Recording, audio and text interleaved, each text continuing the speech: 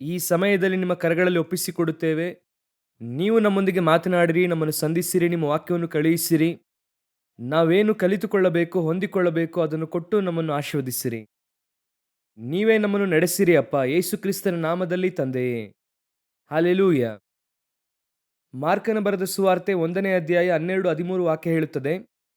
ಕೂಡಲೇ ಯೇಸು ದೇವರಾತ್ಮ ಪ್ರೇರಿತನಾಗಿ ಅಡವಿಗೆ ಹೋದನು.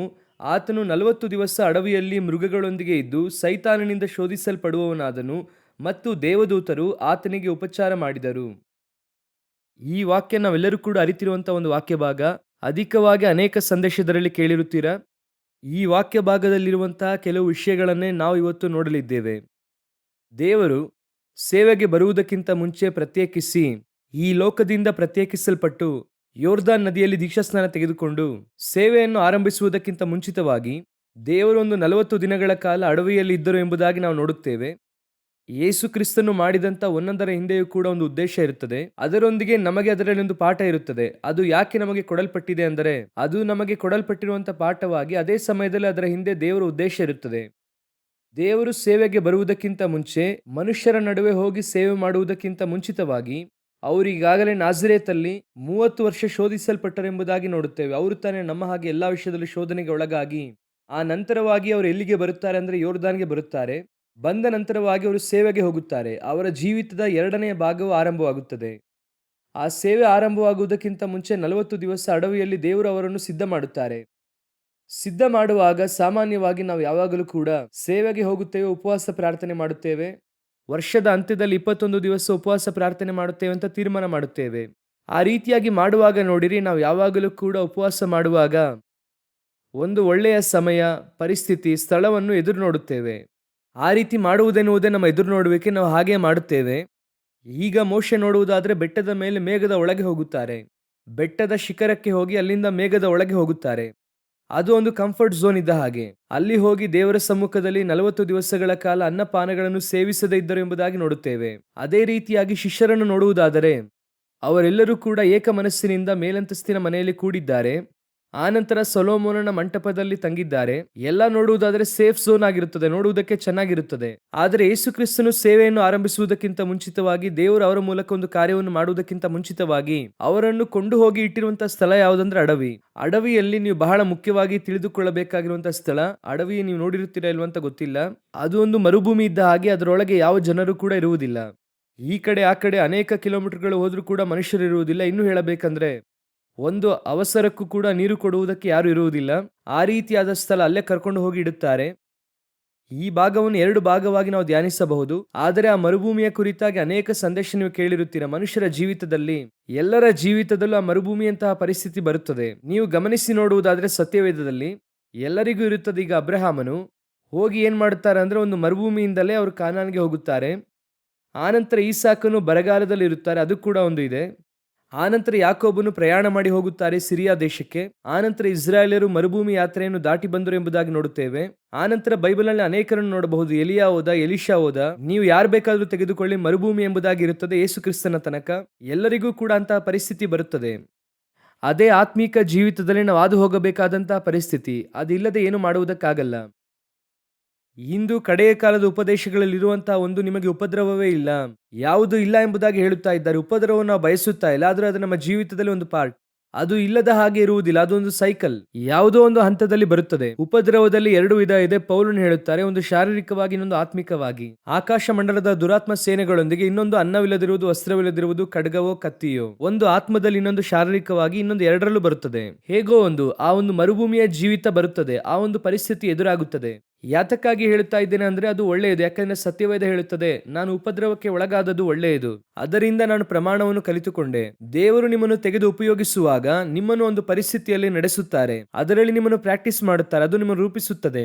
ಮರುಭೂಮಿ ಎನ್ನುವಂಥದ್ದು ನಾವು ನೋಡುವಂತಹ ದೃಷ್ಟಿಯಲ್ಲಿದೆ. ನಾವು ನೆಗೆಟಿವ್ ಆಗಿ ನೋಡಿದ್ರೆ ಅದು ನೆಗೆಟಿವ್. ಆದರೆ ಮರುಭೂಮಿ ಎನ್ನುವಾಗ ನೀವು ಈ ರೀತಿ ತೆಗೆದುಕೊಳ್ಳಿರಿ. ಇಸ್ರಾಯೇಲರಿಗೆ ಮರುಭೂಮಿ ಎನ್ನುವಂಥದ್ದು ಯಾವುದನ್ನು ಸೂಚಿಸುತ್ತದೆ ಅಂದರೆ ಅಲ್ಲಿ ಅವರಿಗೆ ಮನ್ನಾ ಸಿಗುತ್ತದೆ, ನೀರು ಬರುತ್ತದೆ. ಅಲ್ಲಿ ಅವರಿಗೆ ದೇವರು ಮೇಘಸ್ತಂಭವಾಗಿ, ಅಗ್ನಿಸ್ತಂಭವಾಗಿ ಅವರನ್ನು ಹಿಂದೆ ಮುಂದೆ ಕಾಪಾಡುತ್ತಾರೆ. ಸೊ ಪರಿಸ್ಥಿತಿ ಬರುವಾಗ ದೇವರು ನಮ್ಮನ್ನು ಮರುಭೂಮಿಯಲ್ಲಿ ಯಾವಾಗಲೂ ಏನ್ ಮಾಡುತ್ತಾರೆ ಅಂದ್ರೆ ನಮ್ಮನ್ನು ನಡೆಸುತ್ತಾರೆ. ಆದರೆ ಅದೇ ಸಮಯದಲ್ಲಿ ಕಾಪಾಡುತ್ತಾರೆ. ಅದರಲ್ಲಿ ಯಾವುದೇ ಸಂದೇಹವಿಲ್ಲ. ಇದು ಒಂದು ಪರಿಸ್ಥಿತಿ. ನಾವು ಇದನ್ನು ಹಾದು ಹೋಗಬೇಕಾಗುತ್ತದೆ. ನಾವು ಅದನ್ನು ಹಾದು ಹೋಗುತ್ತೇವೆ. ಎಲ್ಲರ ಜೀವಿತದಲ್ಲೂ ಬರಬೇಕೆನ್ನುವಂಥದ್ದು ಕಡ್ಡಾಯವಲ್ಲ. ಅದು ಒಂದು ಎಕ್ಸಾಮ್ ಇದ್ದ ಹಾಗೆ ಎಂಬುದಾಗಿ ಇಟ್ಟುಕೊಳ್ಳಿ.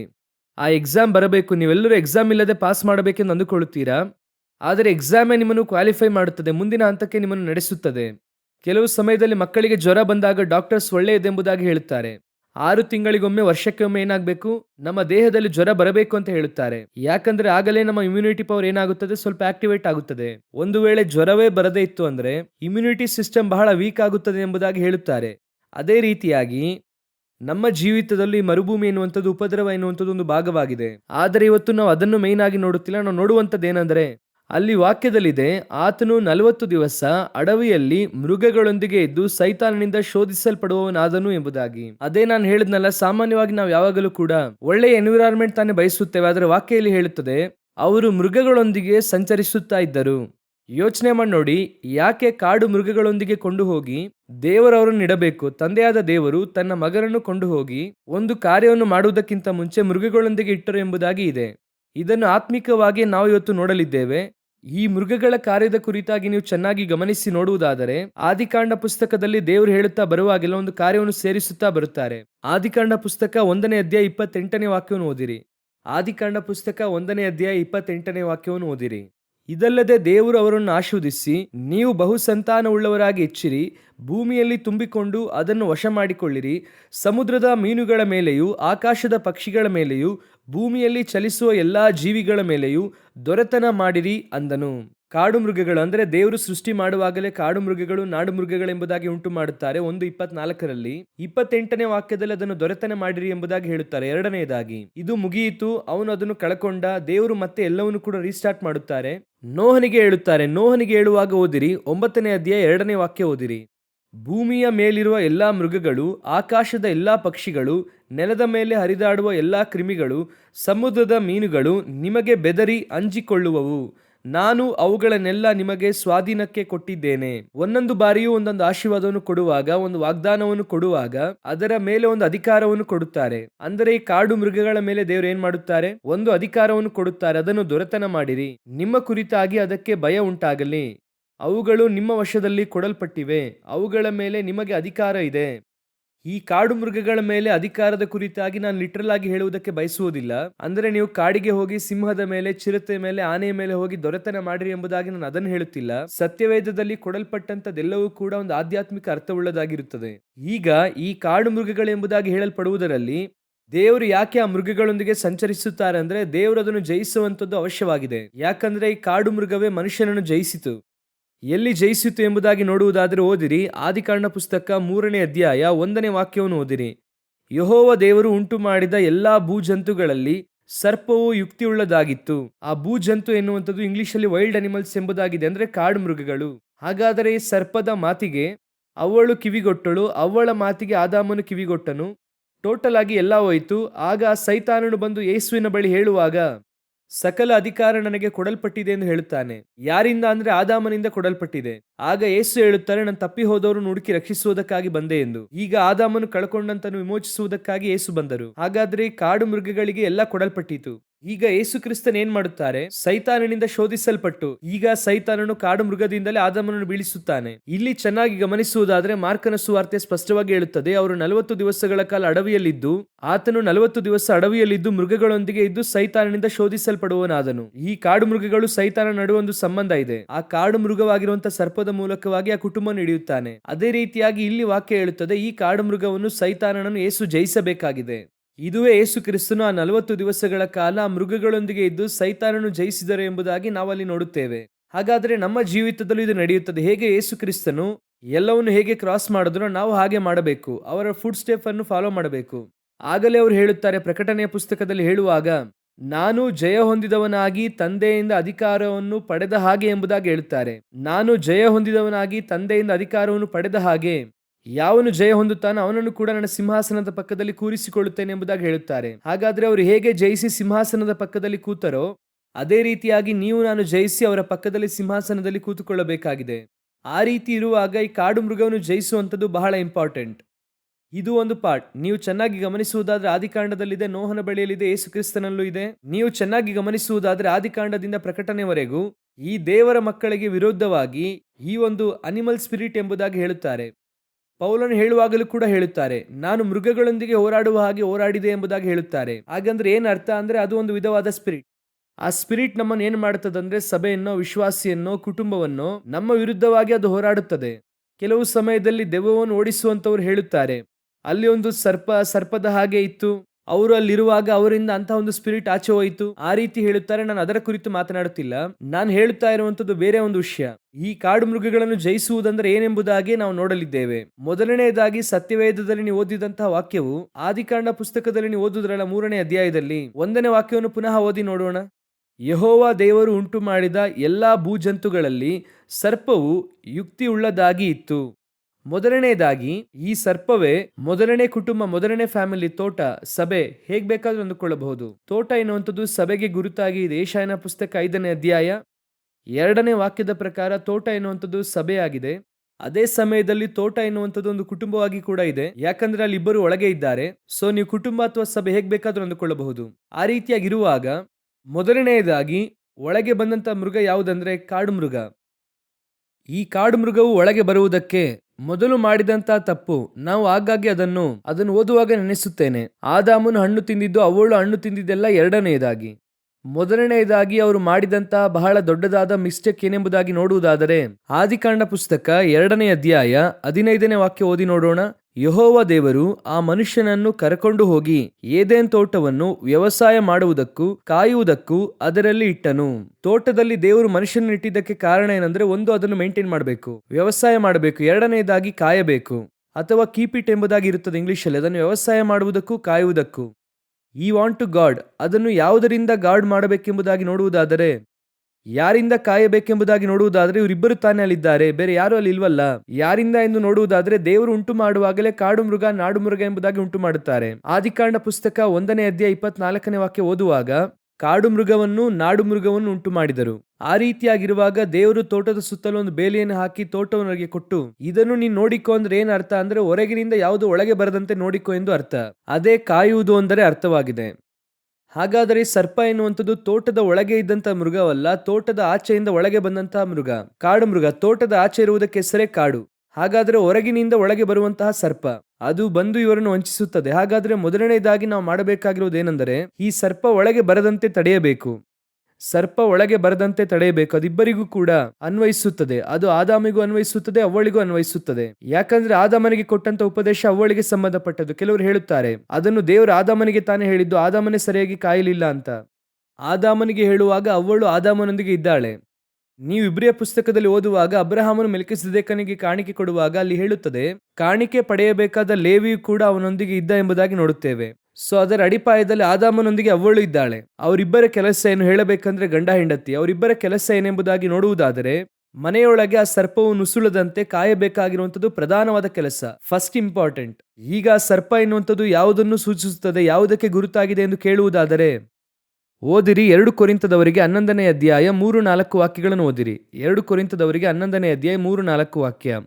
ಆದರೆ ಹೇಗೆ ಅವ್ವಳು ಸರ್ಪದ ಕುಯುಕ್ತಿಗೆ ಒಳಬಿದ್ದು ಮೋಸ ಹೋದಳೋ, ಹಾಗೆಯೇ ನಿಮ್ಮ ಮನಸ್ಸು ಕ್ರಿಸ್ತನ ವಿಷಯದಲ್ಲಿರಬೇಕಾದ ಯಥಾರ್ಥತ್ವವನ್ನು, ಪಾತಿವ್ರತ್ಯವನ್ನು ಬಿಟ್ಟು ಕೆಟ್ಟು ಹೋದಿತೆಂದು ನನಗೆ ಭಯ ಉಂಟು.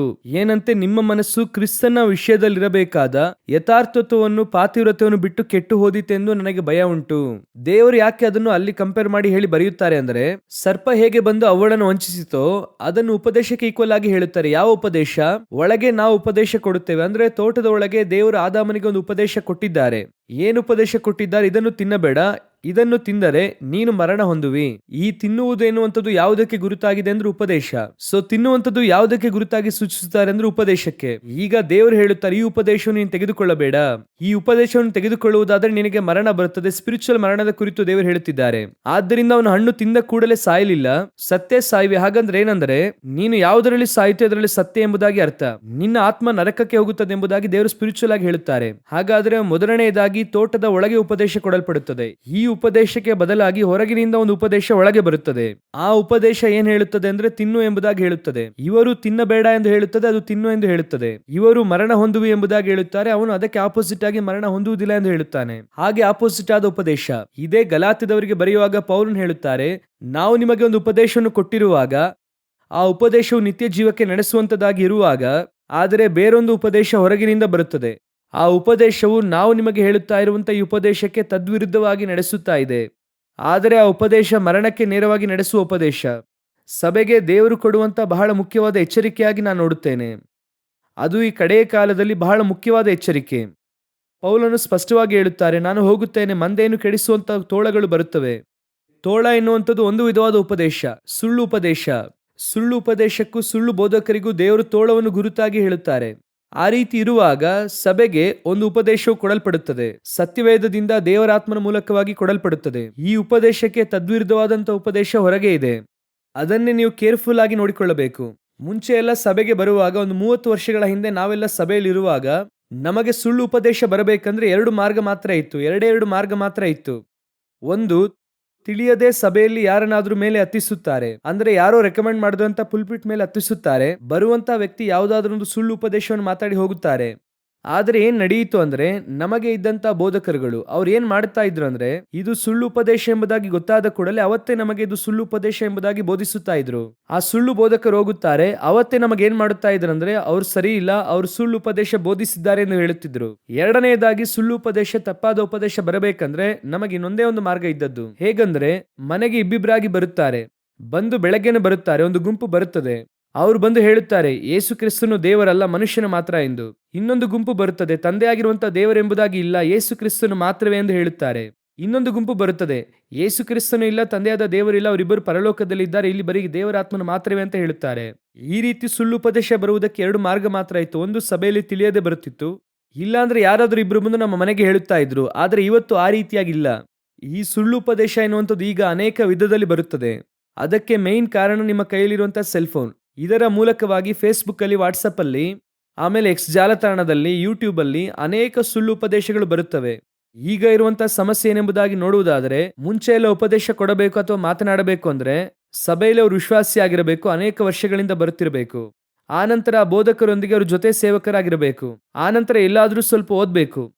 ಆನಂತರ ಅವರನ್ನು ಆರ್ಡೈನ್ ಮಾಡಿ ಕಳಿಸುತ್ತಾರೆ. ಇದಕ್ಕೆಲ್ಲ ಒಂದು 15 ವರ್ಷಗಳಾಗ್ತಾ ಇತ್ತು. ಇವತ್ತು ಆ ರೀತಿಯಾಗಿಲ್ಲ. ಇವತ್ತು ಸುಳ್ಳು ಉಪದೇಶ ಆಚೆ ತಲೆ ಎತ್ತಿ ನಿಂತಿದೆ. ವಿಶ್ವಾಸಿಗಳಿಗೆ ಹೇಳುತ್ತೇವೆ, ನೀವು ಒಂದು ಒಳ್ಳೆಯ ಉಪದೇಶ ಕೊಡುವಂತ ಸಭೆಯಲ್ಲಿದ್ದೀರಾ, ಆ ಉಪದೇಶ ನಿಮಗೆ ಇಲ್ಲಿ ಕೊಡಲ್ಪಡುತ್ತಾ ಇದೆ, ಅದರಲ್ಲಿ ನೀವು ನೆಲೆಯಾಗಿ ನಿಲ್ಲಿರಿ. ಹಾಗೆ ಆ ಕಡೆ ಈ ಕಡೆ ಅಲೆದು ತಿರುಗಾಡಬೇಡ್ರಿ. ಇವತ್ತು ಕಡೆಯ ಕಾಲದಲ್ಲಿ ಇದು ಬಹಳ ಅವಶ್ಯವಾಗಿ ಹೇಳಬೇಕಾಗಿರುವಂತದ್ದಾಗಿದೆ. ಒಬ್ಬ ವ್ಯಕ್ತಿಯೊಂದಿಗೆ ಮಾತನಾಡುತ್ತಾ ಇದ್ದೆ. ಆಗ ಆ ವ್ಯಕ್ತಿ ಹೇಳಿದ್ರು, ಈ ಊರಲ್ಲಿ ನನಗೆ ಗೊತ್ತಿರುವ ಹಾಗೆ ಒಂದು ಒಳ್ಳೆಯ ಚರ್ಚೆ ಇಲ್ಲ ಬ್ರದರ್ ಅಂತ ಹೇಳಿದ್ರು. ನನಗೆ ಆಶ್ಚರ್ಯವಾಗಿತ್ತು. ಹೇಗೆ ಹೇಳುತ್ತಾ ಇದ್ದೀರಾ ಬ್ರದರ್ ಅಂತ ಕೇಳಿದೆ. ನಾನು ಎಲ್ಲಾ ಚರ್ಚ್ಗೆ ಹೋಗಿ ನೋಡಿದೆ, ಯಾವ ಚರ್ಚು ಕೂಡ ಸರಿ ಇಲ್ಲ ಅಂತ ಹೇಳಿದ್ರು. ಒಂದು ವರ್ಷದಲ್ಲಿ ಹೆಚ್ಚು ಕಮ್ಮಿ 3 ವಾರಕ್ಕೆ ಒಂದೊಂದು ಚರ್ಚ್ಗೆ ಹೋಗಿದ್ದಾರೆ. ಆ ಊರಲ್ಲಿರುವಂತ 10-15 ಚರ್ಚನ್ನು ನೋಡಿದ್ರು. ನೋಡಿ ಸಭೆ ಸರಿ ಇಲ್ಲ ಅಂತ ಹೇಳಿದ್ರು. ಈಗಲೂ ಹೇಳುತ್ತೇನೆ, ಸರಿಯಾದ ಸಭೆ ಎಂಬುದಾಗಿ ಲೋಕದಲ್ಲಿ ಒಂದೂ ಇಲ್ಲ. ಸಭೆ ಎನ್ನುವಂಥದ್ದು ಸರಿಯಾಗಿರುವಂತಹ ಸ್ಥಳವಲ್ಲ, ಸರಿಪಡಿಸುವಂತಹ ಸ್ಥಳ. ಅಲ್ಲಿ ಹೋದರೆ ಸರಿಯಾಗುತ್ತೇವೆ. ಅಲ್ಲಿರುವಂಥದ್ದೆಲ್ಲ ಹೇಗೆ ಇದೆ ಅಂತ ಕೇಳುವುದಾದರೆ, ಕಾಲ್ಭಾಗ ಪಾಪಿ, ಅರ್ಧ ಭಾಗ ಪಾಪಿ, ಮುಕ್ಕಾಲ್ ಭಾಗ ಪಾಪಿ, ಎಲ್ಲಾ ವಿಧವಾಗಿ ಜನ ಇರ್ತಾರೆ. ಅವರನ್ನು ಸರಿಪಡಿಸುವುದಕ್ಕಾಗಿಯೇ ಚರ್ಚು. ನೀವು ಹೇಳುವುದು ಹೇಗಿದೆ ಅಂದ್ರೆ, ನಾನು ಮೆಕ್ಯಾನಿಕ್ ಶಾಪ್ಗೆ ಹೋದೆ, ಎಲ್ಲ ರಿಪೇರ್ ಆಗಿರುವಂತ ಕಾರ್ ಇದೆ ಅಂತ ಹೇಳ್ತಿದ್ದೀರಾ. ಮತ್ತೆ ಮೆಕ್ಯಾನಿಕ್ ಶಾಪಲ್ಲಿ ಏನಿರುತ್ತದೆ? ರಿಪೇರ್ ಆದ ಕಾರೇ ಇರುತ್ತದೆ. ನಿಮಗೆ ಹೊಸ ಕಾರ್ ಬೇಕು ಅಂದ್ರೆ ಎಲ್ಲಿ ಹೋಗ್ಬೇಕು? ಶೋರೂಮ್ಗೆ ಹೋಗ್ಬೇಕು, ಪರಲೋಕಕ್ಕೆ ಹೋಗ್ಬೇಕು. ಅಲ್ಲೇ ಪರ್ಫೆಕ್ಟ್ ಇದೆ, 100% ಶೋರೂಮ್ ಪರ್ಫೆಕ್ಟ್ ಅಲ್ಲೇ ಇದೆ. ನಿಷ್ಕಳಂಕವಾದದ್ದು, ದೋಷವಿಲ್ಲದ್ದು ಅಲ್ಲೇ ಇದೆ. ಅಲ್ಲಿ ಹೋಗಿ ನೋಡಿ, ಕೆಟ್ಟದಾಗಿರುವುದು, ಅಸಹ್ಯವಾದದ್ದು ಯಾವುದಲ್ಲಿ ಪ್ರವೇಶಿಸುವುದಿಲ್ಲ. ಶೋರೂಮ್ ಅಲ್ಲಿ ಇದೆ, ಓನರ್ ಅಲ್ಲಿ ಕೂತ್ಕೊಂಡಿದ್ದಾರೆ. ಸಭೆಗೆ ಯಾಕೆ ಬರ್ತಿದ್ದೀರಾ? ಇಲ್ಲಿ ಬಲಹೀನರಾದವರ ಮೂಲಕವಾಗಿ ದೇವರು ಮಾತನಾಡುತ್ತಾರೆ. Nobody is perfect. ಈ ಭೂಮಿಯಲ್ಲಿರುವ ತನಕ ಇಲ್ಲಿ ಒಬ್ಬರು ಕೂಡ ಪರ್ಫೆಕ್ಟ್ ಇಲ್ಲ. ಪರ್ಫೆಕ್ಟ್ ಆಗಿದ್ರೆ ದೇವರು ಕರ್ಕೊಂಡು ಮೇಲೆ ಹೋಗುತ್ತಾರೆ, ಆನಂತರವಾಗಿ ಭೂಮಿಯಲ್ಲಿ ಕೆಲಸವೇ ಇರುವುದಿಲ್ಲ. ಇವತ್ತು ಸಭೆಯಲ್ಲಿ ಕೂತುಕೊಂಡು ಸುಳ್ಳು ಉಪದೇಶಗಳು, 1000 ಗಟ್ಟಲೆ ಸುಳ್ಳು ಉಪದೇಶ ಆಚೆ ತಿರುಗಾಡುತ್ತಾ ಇದೆ. ದಯವಿಟ್ಟು ಕೇರ್ಫುಲ್ ಆಗಿರ್ರಿ. ನಾನು ವಿಶ್ವಾಸಿಗಳಿಗೆ ಹೇಳುತ್ತೆ, ನಾನು ನಿಮ್ಮನ್ನು ತಪ್ಪೆಂದು ಹೇಳುತ್ತಿಲ್ಲ. ಯಾರನ್ನು ನುಂಗಲಿ ಎಂಬುದಾಗಿ ಸೈತಾನನು ಅಲೆದು ತಿರುಗಾಡುತ್ತಾ ಇದ್ದಾನೆ. ನೀವು ಜಯಿಸಬೇಕಾಗಿರುವಂತ ಮೊದಲನೆಯದು, ಒಂದನ್ನು ಚೆನ್ನಾಗಿ ತಿಳಿದುಕೊಳ್ಳಿರಿ. ನನ್ನ ಬೋಧಕರು ಹೇಳಿಕೊಟ್ಟದ್ದು ನಿಮಗೆ ಹೇಳುತ್ತೇನೆ. ಯಾವುದರಲ್ಲಿ ಬಿದ್ದವನನ್ನು ಮೇಲೆತ್ತುವುದು ಬಹಳ ಈಸಿ, ಉಪದೇಶದಲ್ಲಿ ಬಿದ್ದವನನ್ನು ಎತ್ತುವುದು ಬಹಳ ಕಷ್ಟ. ಯಾಕಂದ್ರೆ ಅದು ಬಹಳ ಪವರ್ಫುಲ್. ಅದನ್ನು ಬಹಳ ಕೇರ್ಫುಲ್ ಆಗಿ ನೀವು ಗಮನಿಸಬೇಕು. ಇವತ್ತು ನೋಡಿ, ನೀವು ಆಚೆ ಹೋಗಿ ಸರಿಯಾದ ಆಹಾರ ತಿನ್ನಲಿಲ್ಲ ಅಂದ್ರೆ ಅದು ನಿಮ್ಮ ದೇಹಕ್ಕೆ ಒಗ್ಗುವುದಿಲ್ಲ. ಅದು ಅನೇಕ ಸಮಸ್ಯೆಯನ್ನು ತಂದೊಡ್ಡುತ್ತದೆ. ಅದೇ ರೀತಿ ತಪ್ಪಾದ ಉಪದೇಶ ನಿಮ್ಮ ಆತ್ಮವನ್ನು ಕೆಡಿಸುತ್ತದೆ. ಇವತ್ತು ಸರ್ಪ ಒಳಗೆ ನುಸುಳುತ್ತಾ ಇದೆ. ಎರಡನೆಯದಾಗಿ, ಸರ್ಪ ಹೇಳುತ್ತಾ ಇರುವಂಥದ್ದು ಸರಿನಾ ತಪ್ಪ ಎಂಬುದಾಗಿ ಅರ್ಥ ಮಾಡಿಕೊಳ್ಳುವಷ್ಟರ ಮಟ್ಟಿಗೆ ನೀವು ಮೊದಲು ವಾಕ್ಯದಲ್ಲಿ ಬೆಳೆದಿರಬೇಕು. ಒಂದು ಮಟ್ಟಿಗಾದರೂ ನೀವು ವಾಕ್ಯದಲ್ಲಿ ಬೆಳೆದಿರಬೇಕು. ನೀವೆಲ್ಲ ಡಿಪೆಂಡಬಲ್ ಆಗಿದ್ದೀರಾ. ಈಗ ಏನಾದ್ರೂ ಒಂದು ಚಿಕ್ಕ ಕಷ್ಟ, ಜ್ವರನ, ಪಾಸ್ಟರ್ಗೆ ಫೋನ್ ಮಾಡು. ಡೆಲಿವರೆನ್ಸ, ಅಲ್ಲಿ ಒಬ್ಬರು ದೆವ್ವಗಳನ್ನು ಓಡಿಸುತ್ತಾರೆ, ಅಲ್ಲಿ ಹೋಗೋಣ. ಪ್ರಕಟಣೆಯ ಪುಸ್ತಕದಲ್ಲಿ ಡೌಟ್, ಅವರಿಗೆ ಫೋನ್ ಮಾಡೋಣ. ಪರಮಗೀತ ಪುಸ್ತಕವ, ಇವರಿಗೆ ಫೋನ್ ಮಾಡೋಣ. ಈ ರೀತಿಯಾಗಿ ನೀವು ಡಿಪೆಂಡ್ ಆಗೇ ಇದ್ದೀರಾ. ಕೂತುಕೊಂಡು ನೀವು ಧ್ಯಾನಿಸಿರಿ, ನೀವು ಸರಿಯಾಗಿ ಓದ್ರಿ, ವಾಕ್ಯಕ್ಕೆ ಇಂಪಾರ್ಟೆನ್ಸ್ ಕೊಡ್ರಿ. ಸರ್ಪ ಬಂದ್ರೆ ಜಯಿಸುವಂತ ಹಂತಕ್ಕೆ ಬನ್ರಿ. ಯೇಸು ಮೃಗಗಳೊಂದಿಗೆ ಸಂಚರಿಸಿದರು ಅಂದ್ರೆ ಅರ್ಥ ಏನಂದ್ರೆ, ಇವರು ಸೋತಂತ ಸರ್ಪವನ್ನು ಅವರು ಅಲ್ಲಿ ಜಯಿಸುತ್ತಾರೆ. ದೇವರು ಏನು ಬಯಸುತ್ತಾರೆ ಅಂದ್ರೆ, ಸರ್ಪದೊಂದಿಗೆ ನೀವು ಮಾತನಾಡಬಾರದು ಎಂಬುದಾಗಿ ಅಲ್ಲ, ಸರ್ಪವನ್ನು ನೀವು ಜಯಿಸಬೇಕೆಂಬುದಾಗಿ ಅವರು ಬಯಸುತ್ತಾರೆ.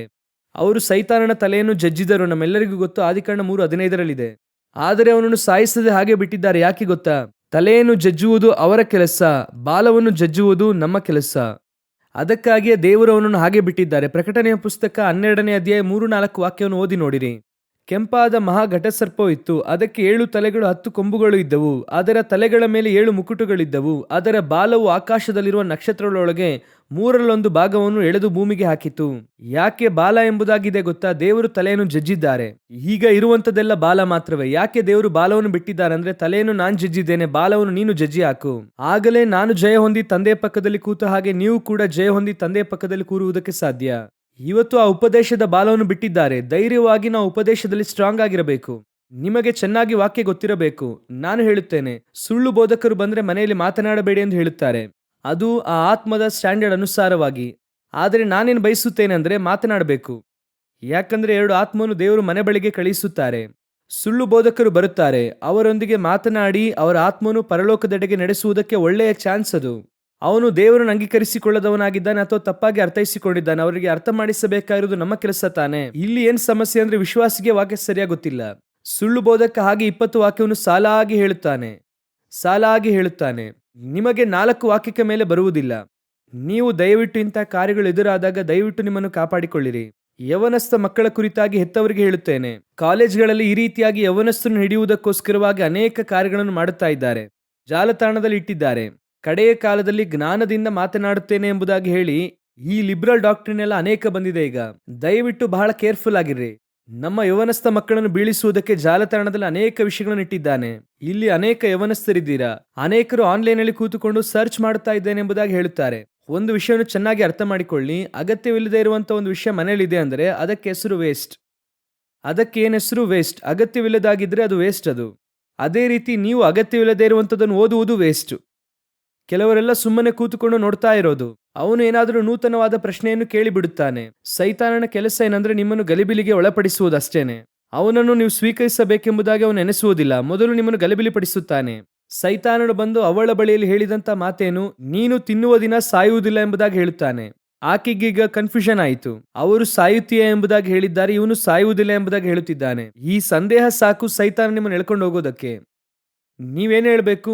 ನೀನು ಸಾಯುತ್ತೀಯಾ ಅಂತ ಹೇಳಿದ್ರು ಸರಿ, ಸಾಯುವುದಿಲ್ಲ ಅಂತ ಹೇಳಿದ್ರು ಸರಿ. ನನ್ನ ದೇವರು ಹೇಳಿದ್ದಾರೆ ತಿನ್ನಬಾರದಂತ, ನಾನು ತಿನ್ನುವುದಿಲ್ಲ, ಅಷ್ಟೇ, ಕೆಲಸ ಮುಗಿಯಿತು. ಅದಕ್ಕೆ ಯಾವ ಎಕ್ಸ್ಪ್ಲನೇಷನ್ ಇಲ್ಲಿ ಅವಶ್ಯವಿಲ್ಲ.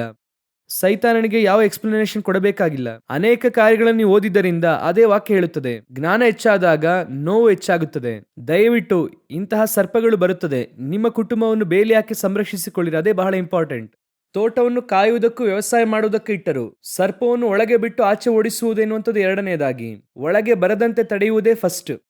ನಿಮ್ಮ ಕುಟುಂಬದಲ್ಲಿ ಇಂತಹ ಕಾರ್ಯಗಳು ಬರಬಾರದು. ಅದಕ್ಕೆ ಮೊದಲನೇದಾಗಿ ನಿಮ್ಮ ಕುಟುಂಬವನ್ನು ನೀವು ಬೇಲಿ ಹಾಕಿ ಕಾಪಾಡಿಕೊಳ್ಳಬೇಕು. ಮನೆಯೊಳಗೆ ಮೊದಲು ಇಂತಹ ಕಾರ್ಯಗಳಿರಬೇಕು. ಒಳ್ಳೆಯ ಫ್ಯಾಮಿಲಿ ಪ್ರೇಯರ್ ಇರಬೇಕು. ಮೊದಲು ಚೆನ್ನಾಗಿ ಪ್ರಾರ್ಥನೆ ಮಾಡಿ ಡೈಲಿ ಒಂದು ಅಧ್ಯಾಯ ಓದಬೇಕು. ನೀವು ಸ್ಪಿರಿಚುವಲ್ ಆಗಿ ಸ್ಟ್ರಾಂಗ್ ಆಗಿದ್ದೀರಿ ಅಂದ್ರೆ ಇಂತಹ ಕಾರ್ಯಗಳನ್ನು ಎದುರಿಸಬಹುದು. ಊರಲ್ಲಿ ಸಾಮಾನ್ಯವಾಗಿ ಒಂದು ವಿಷಯ ಹೇಳುತ್ತಾರೆ, ಬೆಂಕಿ ಉರಿಯುತ್ತಾ ಇದ್ರೆ ಯಾವ ಮೃಗವೂ ಕೂಡ ಏನ್ ಮಾಡೋದಿಲ್ಲ, ಹತ್ತಿರ ಬರುವುದಿಲ್ಲ. ಕಾಡಲ್ಲಿ ವಾಸ ಮಾಡೋರು ಏನ್ ಮಾಡುತ್ತಾರೆ? ರಾತ್ರಿ ಮಲಗುವಾಗ ಬೆಂಕಿ ಹತ್ತಿಸಿ ಹೊಗೆ ಬರುವಂತೆ ಮಾಡಿ ಹೋಗಿ ಮಲಗುತ್ತಾರೆ. ಕಾರಣ ಏನಂದ್ರೆ, ಬೆಂಕಿ ಹತ್ತಿ ಉರಿಯುತ್ತಾ ಇದ್ರೆ ಯಾವುದು ಹತ್ತಿರ ಬರುವುದಿಲ್ಲ ಅನ್ನುತ್ತಾರೆ. ಅದೇ ರೀತಿನೇ ನೀವು ಆತ್ಮದಲ್ಲಿ ಬೆಂಕಿಯೋಪಾದಿಯಲ್ಲಿದ್ರೆ ಯಾವ ಸೈತಾನ ನಿಮ್ಮ ಹತ್ತಿರ ಬರುವುದಿಲ್ಲ. ನೀವು ಕರ್ತನಲ್ಲಿ ಹತ್ತಿ ಉರಿಯುತ್ತಾ ಇದ್ರೆ ಸೈತಾನ ನಿಮ್ಮ ಹತ್ರ ಬರೋದಿಲ್ಲ. ನಿಮ್ಮ ಮನೆ ಅಂತ ಆತ್ಮಿಕತೆಯಲ್ಲಿ ಇರಬೇಕು. ಒಬ್ಬೊಬ್ಬರು ಒಂದೊಂದು ಫೋನ್ ಹಿಡ್ಕೊಂಡು 4 ಕಡೆ ಹೋಗುತ್ತೀರಾ. 4 ಜನ 4 ರೀತಿಯಾಗಿ ಮಾತನಾಡುತ್ತೀರಾ. ಆ ಎಲ್ಲ ಜ್ಞಾನ ಕೂಡ ಯೂಟ್ಯೂಬ್ ಜ್ಞಾನ. ಒಂದು ಕೂಡ ಬೈಬಲ್ ಜ್ಞಾನ ಇಲ್ಲ. ಯೂಟ್ಯೂಬ್ ಜ್ಞಾನವನ್ನು 4 ಜನ ಮಾತನಾಡುತ್ತಾ ಕೂತು ಹರಟೆ ಹೊಡೆಯುತ್ತಾ. ಮೊದಲು ಕುಟುಂಬವಾಗಿ ಕೂತುಕೊಂಡು ಪ್ರಾರ್ಥನೆ ಮಾಡಿ, ಬೈಬಲನ್ನು ಓದಿರಿ. ಆನಂತರವಾಗಿ ಮಕ್ಕಳು ಯಾವ ಪರಿಸ್ಥಿತಿಯಲ್ಲಿ ಇದ್ದಾರೆ ಎಂಬುದಾಗಿ ಯೋಚನೆ ಮಾಡಿರಿ. ಮುಂಚೆ ಎಲ್ಲ ಮನೆಯಲ್ಲಿದ್ದಂಥ ಅಮ್ಮಂದಿರು ಆ ಮಗಳು ನಡೆಯುವಂಥದ್ದನ್ನಿಟ್ಟೇ ಹೇಳುತ್ತಾರೆ, ಮಗಳು ಹುಷಾರಾಗಿದ್ದಾಳ ಇಲ್ಲವಾ ಎಂಬುದಾಗಿ. ಆ ನಡೆಯನ್ನೇ ಇಟ್ಟು ಹೇಳುತ್ತಾರೆ. ಮಗ ಸ್ಕೂಲಿಂದ ಮನೆಗೆ ಬರುವಾಗ ಅವನ ಮುಖವನ್ನೇ ನೋಡಿ ಹೇಳುತ್ತಾರೆ, ಅಮ್ಮ ಅವನಿಗೆ ಹೊಟ್ಟೆ ಹಸಿತಾ ಇದೆಯಾ ಇಲ್ವಾ ಎಂಬುದಾಗಿ. ಆ ರೀತಿಯಾಗಿ ಸ್ಪಿರಿಚುವಲ್ ಆಗಿ ನಿಮಗೆ ಇರಬೇಕು. ನಿಮ್ಮ ಮಕ್ಕಳನ್ನು ನೋಡುವಾಗಲೇ ಅವರು ಸ್ಪಿರಿಚುವಲ್ ಆಗಿ ಸರಿಯಾಗಿದ್ದಾರಾ ಇಲ್ಲವೋ ಎಂಬುದಾಗಿ ನಿಮಗೆ ಅರ್ಥ ಆಗಬೇಕು. ಅಷ್ಟರ ಮಟ್ಟಿಗೆ ನೀವು ಆತ್ಮೀಕವಾಗಿ ಬೆಳೆದಿರಬೇಕು. ಇಲ್ಲಾಂದ್ರೆ ಕಡೆಯ ಕಾಲದಲ್ಲಿ ನಿಮ್ಮ ಕುಟುಂಬವನ್ನು ಕರ್ತನಲ್ಲಿ ನಿಲ್ಲಿಸುವುದಕ್ಕಾಗಲ್ಲ. ಬಹಳ ಕೇರ್ಫುಲ್ ಆಗಿರ್ರಿ. ಬೈಬಲ್ ಪೂರ್ತಿಯಾಗಿ ಒಂದು ದೊಡ್ಡ ಟ್ರಾಜಿಡಿ ಹಳೆಯ ಒಡಂಬಡಿಕೆಯಲ್ಲಿದೆ. ದೊಡ್ಡ ದೊಡ್ಡ ದೇವಭಕ್ತರು ನೀತಿವಂತರ ಮಕ್ಕಳಲ್ಲಿ ಕೆಟ್ಟು ಹೋಗಿದ್ದಾರೆ. ಅದುವೇ ಸತ್ಯವೇದದಲ್ಲಿದೆ. ನೀವು ನೋಡುವುದಾದ್ರೆ ಹನೋಕನ ಮಗ ಮೆತುಶೇಲ ನಾವೆಯೊಳಗೆ ಬರುವುದಿಲ್ಲ. ನೀವು ಆನಂತರವಾಗಿ ನೋಡಿದರೆ ಅಬ್ರಹಾಮನ ಸಂತತಿ ಇಷ್ಮಾಯೇಲನು ಕೆಟ್ಟು ಹೋಗುತ್ತಾನೆ. ಆನಂತರವಾಗಿ ಈಸಾಕನ ಸಂತತಿಯಲ್ಲಿ ಏಸಾವನು ಕೆಟ್ಟು ಹೋಗುತ್ತಾನೆ. ಯಾಕೋಬನ ಸಂತತಿಯಲ್ಲಿ ನೋಡಿರಿ, ಯೂದನು ಹಾಗೂ ಯೋಸೇಫನು ಹೊರತುಪಡಿಸಿ ಬೇರೆ ಎಲ್ಲರಲ್ಲೂ ಸಮಸ್ಯೆ ಇರುತ್ತದೆ. ಆನಂತರ ಹಾಗೆ ನೋಡುವುದಾದರೆ ಸಮುವೇಲನ ಮಕ್ಕಳು ಕೆಟ್ಟು ಹೋಗುತ್ತಾರೆ, ಏಲಿಯ ಮಕ್ಕಳು ಕೆಟ್ಟು ಹೋಗುತ್ತಾರೆ. ದಾವಿದನ ಮಗ ಸೊಲೊಮೋನನ ಯೋಚನೆ ಮಾಡಿ ನೋಡಿ. ನೀವು ನೀತಿವಂತರಾಗಿರುವುದರಿಂದ ನಿಮ್ಮ ಕುಟುಂಬ ಪರಲೋಕಕ್ಕೆ ಬರುತ್ತದೆ ಎಂಬುದಾಗಿ ನೀವು ಎದುರು ನೋಡೋಕ್ಕಾಗಲ್ಲ. ಕರ್ತನು ನಿಮಗೆ ಕೊಟ್ಟಿರುವುದರಲ್ಲಿ ಪ್ರಧಾನವಾಗಿ ನೀವು ಪರಲೋಕಕ್ಕೆ ಕೊಂಡು ಬರಬೇಕಾಗಿರುವುದು ನಿಮ್ಮ ಮಕ್ಕಳನ್ನು ನೀವು ಕೊಂಡು ಬರಬೇಕಾಗಿದೆ. ನೀವು ಇಟ್ಟುಕೊಂಡಿರುವುದರಲ್ಲಿ ಯಾವುದನ್ನೇ ಕಳ್ಕೊಂಡ್ರೂ ಪರವಾಗಿಲ್ಲ, ಮಕ್ಕಳ ಆತ್ಮವನ್ನು ಕಳ್ಕೊಳ್ಳಬೇಡಿರಿ. ಇವತ್ತು ಸರ್ಪವು ಮನೆಯ ಬಾಗಿಲಿನ ಬಳಿಯಲ್ಲೇ ನಿಂತಿದೆ. ನಿಮ್ಮ ಮಕ್ಕಳನ್ನು ಅಪಹರಿಸಿಕೊಂಡು ಹೋಗುವುದಕ್ಕೆ ನಿಂತಿದೆ. ಸ್ಕೂಲ್ಗೆ ಕಳಿಸುತ್ತೇವೆ, ಕಾಲೇಜ್ಗೆ ಕಳಿಸುತ್ತೇವೆ, ನಾವೆಲ್ಲ ಕಳಿಸುವಂಥದ್ದು ಬ್ಯಾಬಿಲೋನ್ಗೆ ಕಳಿಸುವ ಹಾಗೆ. ಆದರೆ ನಮ್ಮ ಮಕ್ಕಳು ದಾನಿಯೇಲನಾಗಿದ್ದರೆ ಯಾವುದೇ ಸಮಸ್ಯೆ ಇಲ್ಲದೆ ಅವರು ತಪ್ಪಿಸಿಕೊಂಡು ಆಚೆ ಬರುತ್ತಾರೆ. ಆದರೆ ನಮ್ಮ ಮಕ್ಕಳು ಸ್ಟ್ರಾಂಗ್ ಆಗಿಲ್ಲ ಅಂದರೆ ಅವರು ಯೆರೂಸಲೇಮಿನಲ್ಲಿದ್ದರೂ ಕೂಡ ಕೆಟ್ಟು ಹೋಗುತ್ತಾರೆ. ದಯವಿಟ್ಟು ನಿಮ್ಮ ಮಕ್ಕಳೊಂದಿಗೆ ಟೈಮ್ ಸ್ಪೆಂಡ್ ಮಾಡಿ, ಅವರೊಂದಿಗೆ ಕೂತು ಮಾತನಾಡಿ. ಸ್ಪಿರಿಚುವಲ್ ಆಗಿ ನಿಮ್ಮ ಮಕ್ಕಳ ವಿಷಯದಲ್ಲಿ ಇಂಪಾರ್ಟೆನ್ಸ್ ಕೊಡಿ. ಹೆತ್ತವರೇ ಮಕ್ಕಳನ್ನು ಭಾನುವಾರ ಸಭೆಗೆ ಕರ್ಕೊಂಡು ಬರೋದಿಲ್ಲ. ಕೂತುಕೊಂಡು ಓದು ಅನ್ನುತ್ತಾರೆ ಮನೆಯಲ್ಲಿ. ವಿದ್ಯಾಭ್ಯಾಸ ಮುಖ್ಯ ಇಲ್ಲ ಎಂದು ಹೇಳುತ್ತಿಲ್ಲ, ಅದು ಎರಡನೆಯದಾಗಿ. ಎಕ್ಸಾಮ್ಸ್ ಮುಖ್ಯ, ಅದು ಎರಡನೆಯದಾಗಿ. ನಿಮ್ಮ ಮಕ್ಕಳ ಆತ್ಮವೇ ಮುಖ್ಯ, ಅದೇ ಫಸ್ಟು. ಮಕ್ಕಳು ಡಾಕ್ಟರ್ ಆಗ್ತಾರೆ, ಇಂಜಿನಿಯರ್ ಆಗುತ್ತಾರೆ ಎನ್ನುವುದಕ್ಕಿಂತ ನಿಮ್ಮ ಮಕ್ಕಳು ಪರಲೋಕಕ್ಕೆ ಹೋಗುತ್ತಾರೆ ಎನ್ನುವುದೇ ಮುಖ್ಯ. ಡಾಕ್ಟರ್ ಆಗಲಿ ಇಂಜಿನಿಯರ್ ಆಗಲಿ ಬೇಡ ಅಂತ ಹೇಳುತ್ತಿಲ್ಲ, ಆದರೆ ಡಾಕ್ಟರ್ ಇಂಜಿನಿಯರ್ ಆಗಿ ನರಕಕ್ಕೆ ಹೋಗಬಾರದು. ಡಾಕ್ಟರ್ ಆಗಿ ಇಂಜಿನಿಯರ್ ಆಗಿ ಪರಲೋಕಕ್ಕೆ ಹೋಗಬೇಕು. ಪರಲೋಕಕ್ಕೆ ಹೋದಾಗ ಡಾಕ್ಟರ್ ಬಂದಿದ್ದಾರೆ, ಇಂಜಿನಿಯರ್ ಬಂದಿದ್ದಾರೆ ಎಂಬುದಾಗಿ ನೋಡುವುದಿಲ್ಲ, ಉತ್ತಮನು ನಂಬಿಗಸ್ತನು ಬಂದಿದ್ದಾನೆ ಎಂಬುದಾಗಿ ನೋಡುತ್ತಾರೆ. ಸೊ ಇಂಪಾರ್ಟೆನ್ಸ್ ಅದಕ್ಕೆ ಕೊಡಿ. ಮಾರ್ಕ್ಸು 4 ಮಾರ್ಕ್ಸ್ ಕಮ್ಮಿ ಬರಲಿ ಪರವಾಗಿಲ್ಲ. ನಿಮ್ಮ ಮಕ್ಕಳು ಆತ್ಮದಲ್ಲಿ ಬೆಳೆದ್ರೆ ಸ್ತೋತ್ರ. ಇನ್ನೂ ಹೇಳುತ್ತೇನೆ, ಹಾಗೆಲ್ಲ ಇದ್ರೆ ಹೇಗ್ರಿ ಜೀವಿತದಲ್ಲಿ ಮುಂದೆ ಬರೋಕ್ ಸಾಧ್ಯ? ನಾಳೆ ನನ್ನ ಮಕ್ಕಳ ಭವಿಷ್ಯ ಏನಾಗುತ್ತದೆ? ಚೆನ್ನಾಗಿ ಗಮನಿಸಿರಿ. ಕರ್ತನ ದೃಷ್ಟಿಯಲ್ಲಿ ನಂಬಿಗಸ್ತನಾಗಿರುವಂಥ ಮನುಷ್ಯನು ಪೂರ್ಣ ಆಶೀರ್ವಾದವನ್ನು ಪಡೆಯುತ್ತಾನೆ. ನಿಮ್ಮ ಮಕ್ಕಳು ನಂಬಿಗಸ್ತರಾಗಿದ್ದರೆ ಅವರು ಓದಿದರೂ ಓದದೇ ಇದ್ದರೂ ದೇವರು ಹೆಚ್ಚಿಸುತ್ತಾರೆ. ಅವರು ನಂಬಿಗಸ್ತರಾಗಿದ್ದರೆ ಮಾತ್ರವೇ. ಕುರಿ ಮೇಯಿಸುವವನನ್ನು ಅರಸನಾಗಿ ಮಾರ್ಪಡಿಸುವುದಕ್ಕೆ ದೇವರಿಂದ ಸಾಧ್ಯ. ಯೇಸು ಕ್ರಿಸ್ತನು 12 ಜನರನ್ನು ಸೆಲೆಕ್ಟ್ ಮಾಡುವಾಗ ಕೇವಲ ಓದಿದಂಥವರನ್ನು ಸೆಲೆಕ್ಟ್ ಮಾಡಿಲ್ಲ, ಓದದೇ ಇರುವಂಥವರನ್ನು ಸೆಲೆಕ್ಟ್ ಮಾಡಲಿಲ್ಲ. ಗವರ್ನಮೆಂಟ್ ಸ್ಟಾಫ್ ಅನ್ನು ಸೆಲೆಕ್ಟ್ ಮಾಡಿದ್ದಾರೆ, ಮೀನ್ ಹಿಡಿಯುವವರನ್ನು ಕೂಡ ಸೆಲೆಕ್ಟ್ ಮಾಡಿದ್ದಾರೆ. ಕರ್ತನ ದೃಷ್ಟಿಯಲ್ಲಿ ಅವರ ಮೇಲೆ ಇರುವಂತಹ ಕರುವಿಕೆಯೇ ಮುಖ್ಯ ಬಿಟ್ಟರೆ ಅವರು ಯಾವ ಕುಲ, ಯಾವ ಗೋತ್ರ ಅದೆಲ್ಲವೂ ಕೂಡ ದೇವರಿಗೆ ಮುಖ್ಯವಲ್ಲ. ಇದು ತಿಳುವಳಿಕೆ ಹೆಚ್ಚಾಗಿರುವಂಥ ಕಾಲ. ಓದ್ರಿ ಬೇಡ ಎಂಬುದಾಗಿ ಹೇಳುತ್ತಿಲ್ಲ, ಆದರೆ ದೇವರಿಗೆ ಯಾವಾಗಲೂ ಇಂಪಾರ್ಟೆನ್ಸ್ ಕೊಡಬೇಕು. ದಯವಿಟ್ಟು ಬಹಳ ಕೇರ್ಫುಲ್ ಆಗಿರಿ. ನೀವು ದೇವರು ಕೊಟ್ಟಂತ ತೋಟವನ್ನು ಬಿಟ್ಟು ನೀವು ತೋಟದೊಳಗೆ ಇದ್ದುಕೊಂಡು ದೇವರೇ ಆ ಹಣ್ಣನ್ನು ಇಟ್ಟಿದ್ದೀರಾ, ದೇವರೇ ಈ ಹಣ್ಣನ್ನು ಇಟ್ಟಿದ್ದೀರಾ, ಎಲ್ಲ ಇಟ್ಟಿರುವಂತ ದೇವರು ನಿಮ್ಮ ಮಕ್ಕಳು ಎಲ್ಲಿ ಎಂಬುದಾಗಿ ದೇವರು ಕೇಳುತ್ತಾರೆ. ಎಲ್ಲ ಮನೆಯೊಳಗೆ ಇದೆ, ಒಳ್ಳೆ ಫ್ರಿಡ್ಜ್ ಇದೆ, ಚೆನ್ನಾಗಿರುವಂತ ಕಾಸ್ಟ್ಲಿ ಕಾರ್ ಇದೆ, ಮಕ್ಕಳಿಗೆ ಆಸ್ತಿ ಇದೆ, ಎಲ್ಲವನ್ನು ಚೆನ್ನಾಗಿ ಕೂಡಿಸಿಟ್ಟಿದ್ದೀರಾ, ಒಳ್ಳೆಯದು. ಅದು ನಿಮ್ಮ ಮಕ್ಕಳಿಗೆ ನೀವು ಇಟ್ಟಿರುವಂಥದ್ದು. ಅವರ ಮೇಲೆ ಇರುವಂತ ಪ್ರೀತಿ ಇಲ್ಲ ಅಂತ ಹೇಳುತ್ತಿಲ್ಲ. ನಿಮ್ಮ ಮಕ್ಕಳು ಎಲ್ಲಿ? ಅಷ್ಟಕ್ಕೂ ಯೋಚನೆ ಮಾಡಿ. ತಂದೆ ಎಲ್ಲವನ್ನು ಕಟ್ಟಿದ್ದಾನೆ, ಮಗ ಹಂದಿ ಮೇಯಿಸುವಂತ ಜಾಗದಲ್ಲಿ ನಿಂತಿದ್ದಾನೆ. ಆ ತಂದೆಯ ಹೃದಯ ಎಷ್ಟು ಕಷ್ಟಪಟ್ಟಿರಬೇಕು ಯೋಚನೆ ಮಾಡಿ ನೋಡಿ. ತಂದೆ ಎಲ್ಲ ಮಾಡಿಟ್ಟಿದ್ದಾರೆ, ಆದ್ರೆ ಮಗ ಎಲ್ಲಿದ್ದಾನೆ? ಹಂದಿಗಳಿರುವಂತ ಜಾಗದಲ್ಲಿದ್ದಾನೆ. ಅಪ್ಪ ಕೂತಿದ್ದಾರೆ ಇಲ್ಲಿ, ಆ ಅಪ್ಪ ಕಾಯುತ್ತಾ ಇದ್ದಾರೆ ಯಾವಾಗ ನನ್ನ ಮಗ ಹಿಂತಿರುಗಿ ಬರುತ್ತಾನೆ ಎಂದು. ಅದನ್ನೇ ನಿಮ್ಮ ಮಕ್ಕಳಿಗೆ ಹೇಳುತ್ತಾರೆ. ನಿಮ್ಮ ಮಕ್ಕಳು ಹಂದಿ ತಿನ್ನುವಂತ ಆಹಾರವನ್ನು ತಿನ್ನುವಂತ ಪರಿಸ್ಥಿತಿಗೆ ಹೋಗಬಾರದು. ಮಕ್ಕಳು ದೇವರನ್ನು ಬಿಟ್ಟು ದೂರ ಹೋಗಬಾರದು. ಕಷ್ಟ ಏನಾದ್ರೂ ಮಾಡಿ ಆದ್ರೂ ಮಕ್ಕಳನ್ನು ಪರಲೋಕಕ್ಕೆ ಕರ್ಕೊಂಡು ಹೋಗ್ಬೇಕು. ಅದಕ್ಕಾಗಿರೋ ಪ್ರಯಾಸವನ್ನು ನೀವೇ ಪಡಬೇಕು. ನಿಮ್ಮ ಮಕ್ಕಳಿಗೆ ವಿದ್ಯಾಭ್ಯಾಸ ಎಲ್ಲವನ್ನು ಎರಡನೇದಾಗಿ ಇಟ್ಟುಕೊಳ್ಳಿ. ಫಸ್ಟ್ ಪ್ರಿಫರೆನ್ಸ್ ದೇವರೇ ಎಂಬುದಾಗಿ ಅವರಿಗೆ ಹೇಳಿಕೊಡಿ. ಬೈಬಲ್ ಅನ್ನು ಓದುವುದನ್ನು ಅವರಿಗೆ ಹೇಳಿಕೊಡಿರಿ. ಹೆತ್ತವರಿಗೆ ಮಕ್ಕಳನ್ನು ಖಂಡಿಸುವುದರಲ್ಲಿ ಸ್ವಲ್ಪ ಈ ಕಾಲಘಟ್ಟದಲ್ಲಿ ಎಲ್ಲ ಫ್ರೆಂಡ್ಲಿ ಆಗಿ ನಡೆಸುತ್ತೀರಾ, ನಡೆಸಿರಿ, ಬೇಡ ಎಂಬುದಾಗಿ ನಾನು ಹೇಳುತ್ತಿಲ್ಲ. ನೀವು ಫ್ರೆಂಡ್ಲಿ ಆಗಿರುವುದರಿಂದ ಸ್ಪಿರಿಚುವಲ್ ಆಗಿರಬಾರ್ದಂತ ಅರ್ಥ ಅಲ್ಲ. ಫ್ರೆಂಡ್ಲಿ ಆಗಿರಿ, ಸ್ಪಿರಿಚುವಲ್ ಆಗಿರಿ. ಸ್ಪಿರಿಚುವಲ್ ವಿಷಯದಲ್ಲಿ ಕಂಡೀಷನ್ ಆಗಿರಿ, ಉಳಿದ ವಿಷಯದಲ್ಲಿ ಫ್ರೆಂಡ್ಲಿ ಆಗಿರಿ, ಯಾವ ತಪ್ಪೂ ಇಲ್ಲ. ಆದ್ದರಿಂದ ಮಕ್ಕಳ ವಿಷಯದಲ್ಲಿ ಕಾನ್ಸಂಟ್ರೇಟ್ ಮಾಡಿ. ಮಕ್ಕಳನ್ನು ಆತ್ಮಿಕವಾಗಿ ನೀವು ನಡೆಸಿರಿ. ಚೆನ್ನಾಗಿ ಪ್ರಾರ್ಥನೆ ಮಾಡುವುದಕ್ಕೆ ಹೇಳಿ, ಬೈಬಲ್ ಓದುವುದಕ್ಕೆ ಹೇಳಿ, ವಿದ್ಯಾಭ್ಯಾಸವನ್ನು ಕೊಡಿ, ಬೇಡ ಎಂಬುದಾಗಿ ಹೇಳುತ್ತಿಲ್ಲ. ಇವತ್ತು ಕಡೆಯ ಕಾಲದಲ್ಲಿ ಎಲ್ಲರ ಮನೆಯಲ್ಲೂ ಸರ್ಪ ಇದೆ. ಟಿವಿಯ ಮೂಲಕ, ಫೋನ್ಸ್ಗಳ ಮೂಲಕ, ಜಾಲತಾಣದ ಮೂಲಕವಾಗಿ ಒಳಗೆ ಸರ್ಪ ಇದೆ. ದಯವಿಟ್ಟು ಸರ್ಪವನ್ನು ಜಯಿಸುವುದಕ್ಕೆ ಹೇಳಿಕೊಡಿ, ಆ ಬಾಲವನ್ನು ತುಳಿಯುವುದಕ್ಕೆ ಹೇಳಿಕೊಡಿ. ಮೊದಲನೇದಾಗಿ ನೀವು ಕಾಡು ಮೃಗವನ್ನು ಜಯಿಸಬೇಕಾಗಿರುವುದು ಯಾವುದು ಗೊತ್ತಾ? ಈ ಸರ್ಪವನ್ನು ನೀವು ಜಯಿಸಬೇಕಾಗಿದೆ. ಅದೇ ಫಸ್ಟ್ ಇಮಿಡಿಯೇಟ್ ಆಗಿ ನೀವು ಮಾಡಬೇಕಾಗಿರುವುದು. ನಾನು ಒಂದು ಆಲೋಚನೆಯಾಗಿ ಹೇಳುತ್ತೇನೆ.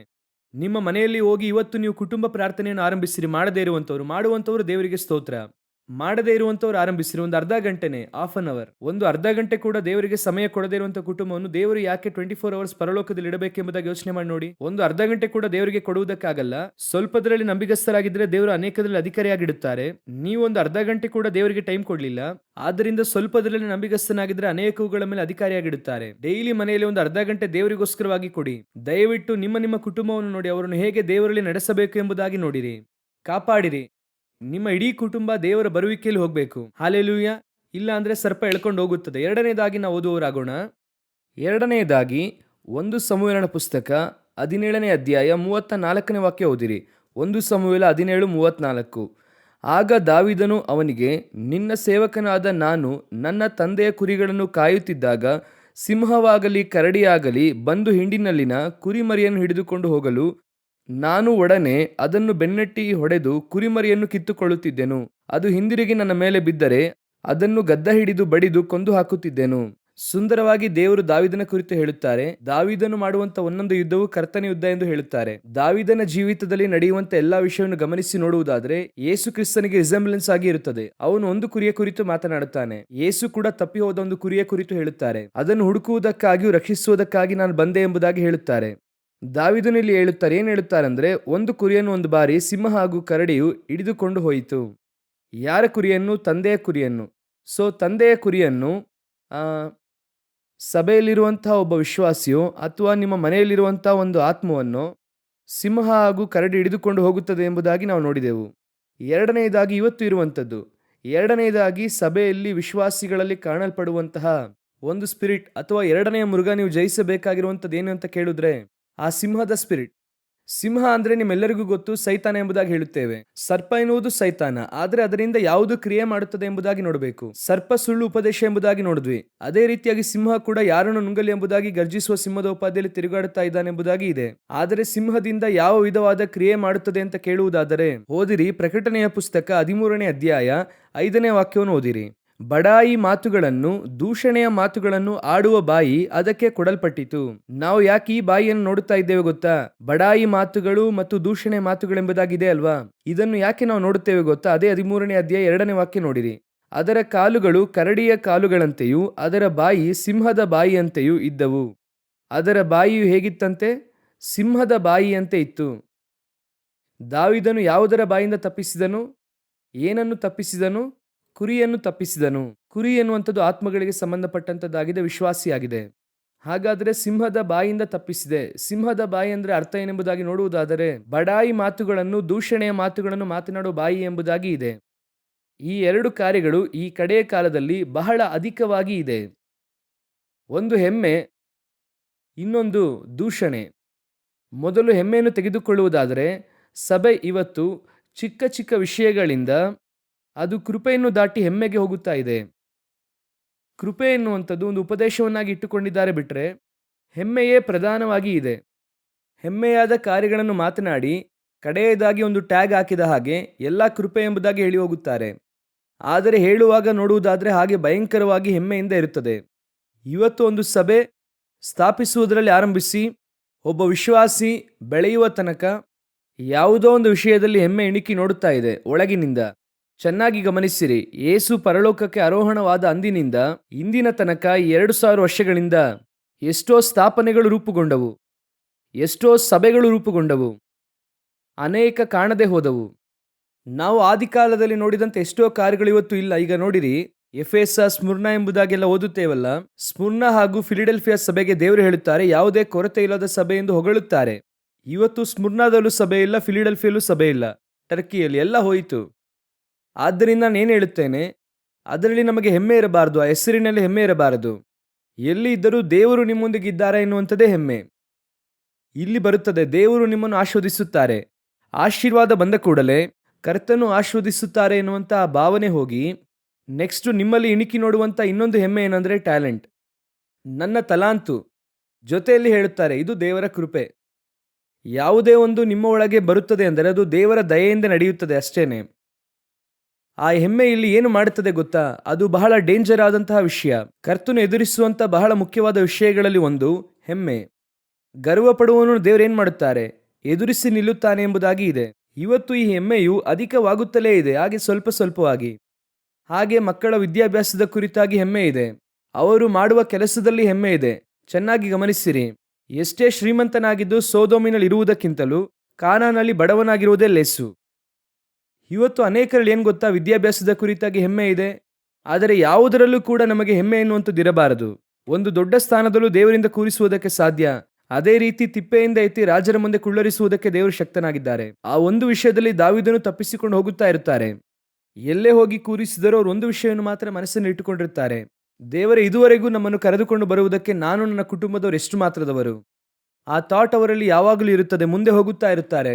ಅವರು ಹೇಳುತ್ತಾರೆ, ಎಲ್ಲೋ ಇದ್ದಂತಹ ನನ್ನನ್ನು ಇಲ್ಲಿಗೆ ಕರೆತಂದಿದ್ದಾರೆ. ದೇವರು ಮೀಕನಿಗೆ ಹೇಳುತ್ತಾರೆ, ಹೌದು, ಕರ್ತನು ನನ್ನ ತಂದು ಇಲ್ಲಿ ಕೂರಿಸಿದ್ದಾರೆ, ನಾನು ಇನ್ನೂ ಮಾಡುತ್ತೇನೆ.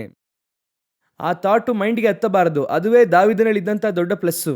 ಎಲ್ಲೇ ಹೋಗಲಿ, ಅರಸನಾಗಿರಲಿ, ಫಿಲಿಸ್ಟೀನನ್ನು ಜಯಿಸಲಿ, ಎಲ್ಲರೂ ಕೂಡ ದಾವೀದನಿಗೆ ಭಯಪಟ್ಟರು. ಅವನೇನು ಹೇಳುತ್ತಾನೆ ಗೊತ್ತಾ, ಕುರಿಗಳ ಹಿಂದೆ ಅಲೆಯುತ್ತಾ ಇದ್ದಂತ ನನ್ನನ್ನು ಅಷ್ಟೇ ಕೆಲಸ ಮುಗಿಯಿತು. ಈ ದೀನತೆ ಯಾವಾಗಲೂ ಇರಬೇಕು. ಕರ್ತನು ಆಶೀರ್ವದಿಸಿದ್ದಾರಾ? ನಿಮ್ಮ ಬಿಸ್ನೆಸ್ ಅನ್ನು ಆಶೀರ್ವದಿಸಿದ್ದಾರಾ?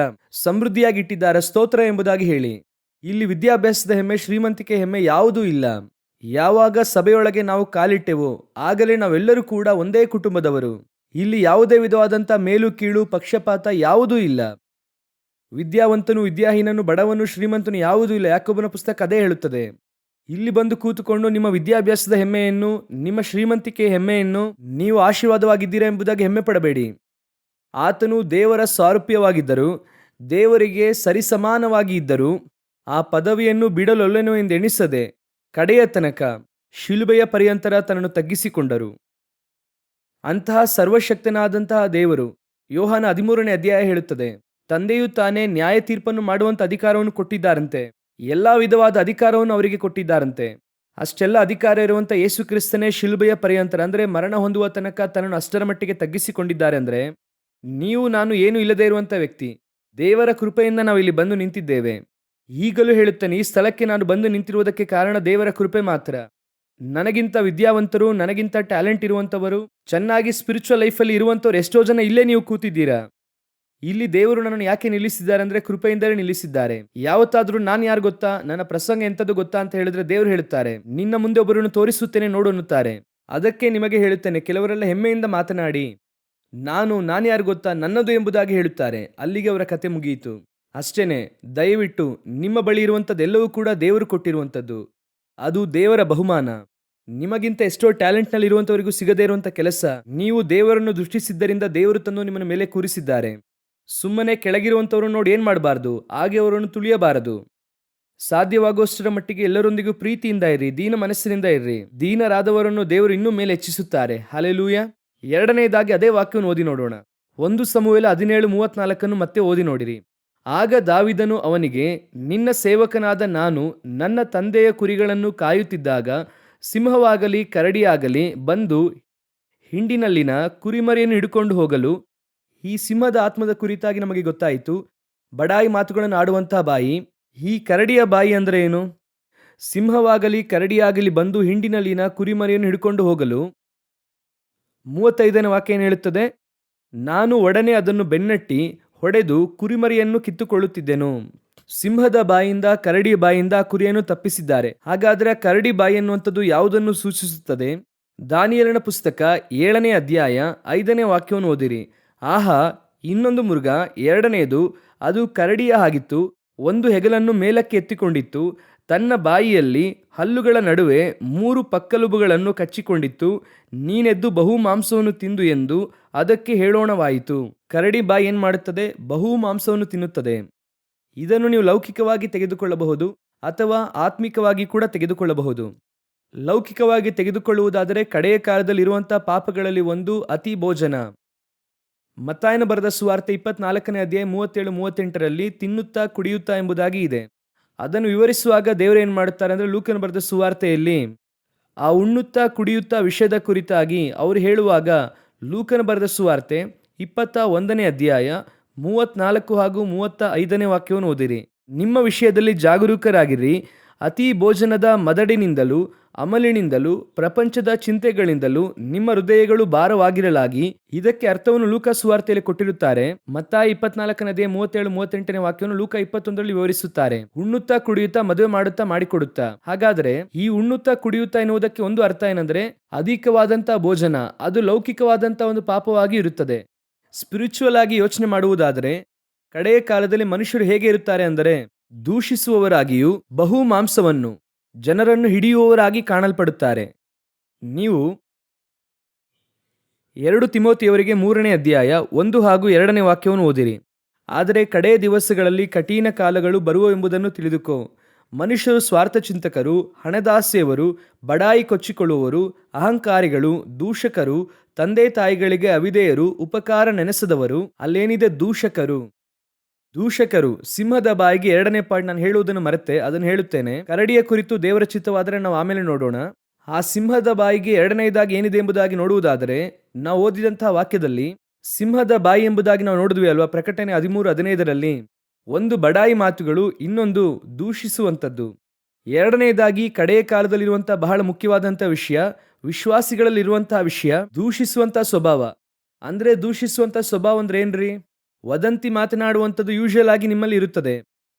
ಸಭೆಯಲ್ಲಿ ಕೂತು ವದಂತಿ ಮಾತನಾಡುವಂಥದ್ದಿದೆ, ವಿಶ್ವಾಸಿಗಳ ಕುರಿತಾಗಿ ಸೇವಕರ ಕುರಿತಾಗಿ ಮಾತನಾಡುವಂಥದ್ದು ಕೂಡ ಇದೆ. ಅದು ಎಲ್ಲಾ ಕಾಲದಲ್ಲೂ ಕೂಡ ಇದೆ. ಅದನ್ನು ಸರಿ ಎಂದು ಹೇಳುತ್ತಿಲ್ಲ, ತಪ್ಪು. ಸಭೆಗೆ ನಾವು ಯಾಕೆ ಬರುತ್ತೇವೆ ಅಂದ್ರೆ ಇನ್ನೊಂದು ಕುಟುಂಬದ ಕುರಿತಾಗಿ, ವ್ಯಕ್ತಿಯ ಕುರಿತಾಗಿ ಮಾತನಾಡುವುದಕ್ಕೆ ಬಂದಿಲ್ಲ. ಇಲ್ಲಿ ಬಂದದ್ದು ದೇವರನ್ನು ಆರಾಧಿಸುವುದಕ್ಕೆ, ಅದರೊಂದಿಗೆ ನಿಲ್ಲಿಸಬೇಕು. ಆದರೆ ಈಗ ಕಡೆಯ ಕಾಲದಲ್ಲಿ ನೋಡುವುದಾದರೆ ಈ ಫಾರ್ವರ್ಡ್ ಎಂಬುದಾಗಿ ಒಂದಿದೆ. ಅದನ್ನು ಫೇಸ್ಬುಕ್ ಅಲ್ಲಿ ಫಾರ್ವರ್ಡ್ ಮಾಡ್ತಿರೋ, ವಾಟ್ಸಪ್ ಅಲ್ಲಿ ಫಾರ್ವರ್ಡ್ ಮಾಡ್ತಿರೋ, ಅಥವಾ ಯೂಟ್ಯೂಬ್ ಅಲ್ಲಿ ಶೇರ್ ಮಾಡ್ತಿರೋ, ಅದೊಂದಿದೆ. ಈ ದೂಷಿಸುವಂಥದ್ದು ಈಗ ಅಧಿಕವಾಗುತ್ತಾ ಇದೆ. ದೂಷಿಸುವಂಥದ್ದು ಇದು ಕಡೆಯ ಕಾಲದಲ್ಲಿರುವಂತಹ ಪಾಪ ಎಂಬುದಾಗಿ ಅವರು 2 ತಿಮೋತಿ 3:1-2ರಲ್ಲಿ ಹೇಳುತ್ತಾರೆ. ಈಗ ಸಭೆಯ ಕುರಿತಾಗಿ, ವಿಶ್ವಾಸಿಗಳ ಕುರಿತು, ಸೇವಕರ ಕುರಿತಾಗಿ ಅನೇಕ ದೂಷಿಸುವಂಥದ್ದು ಬಂದಿದೆ. ಇದನ್ನು ಒಂದು ಕೆಲಸವಾಗಿ ಆ ಆತ್ಮವುಳ್ಳವರು, ಆ ದೂಷಿಸುವುದಕ್ಕೆ ಒಂದು ಆತ್ಮ ಬೇಕು, ಆ ದುರಾತ್ಮನು ಬೇಕು. ಅದಿದ್ದರೇನೆ ಮಾಡೋಕ್ ಸಾಧ್ಯ. ಕೆಲವರು ಇದನ್ನು ಏನು ಹೇಳುತ್ತಾರೆ ಅಂದ್ರೆ ಖಂಡಿಸಿ ತಿಳಿಸುವುದು ಎಂದು ಹೇಳುತ್ತಾರೆ.